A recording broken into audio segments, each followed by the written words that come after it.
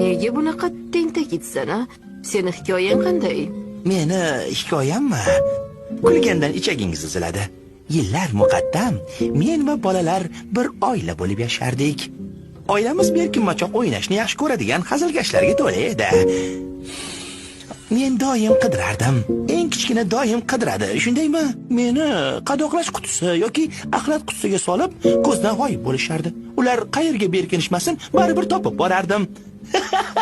Lekin bir kuni ular o'yinga ijodiy yondashdi va meni ichida toshi bor paypoqqa solishdi. Keyin daryoga otib yuborishdi. Paypoqni kemirib teshik ochdimda suv yuzasiga chiqib oldim, ammo oila a'zolarimni topa olmadim. Bundan chiqdi, hali ham o'yindamiz. Bu men eshitgan eng qayg'uli va kulgili voqea. Ulardan minnatdorman.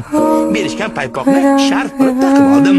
Shunday qilib, bu qiziqarli voqea ortidan ust-boshga ega bo'ldim. Men yutdim.